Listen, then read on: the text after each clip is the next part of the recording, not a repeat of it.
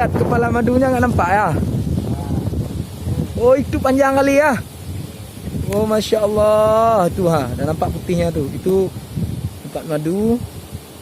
Sedangkan di bawahnya sarang anak. Ini juga sarang lebah di samping. Coba kita sapu ya. Kita sapu.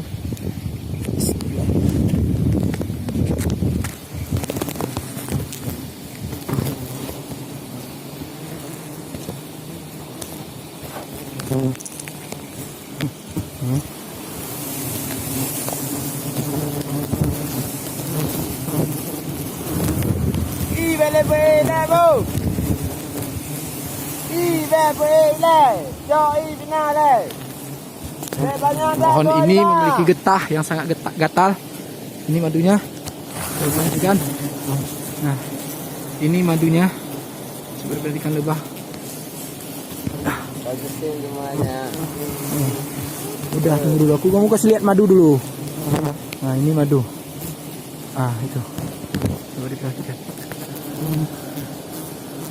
Nah, madu. Insya Allah. Sedangkan ini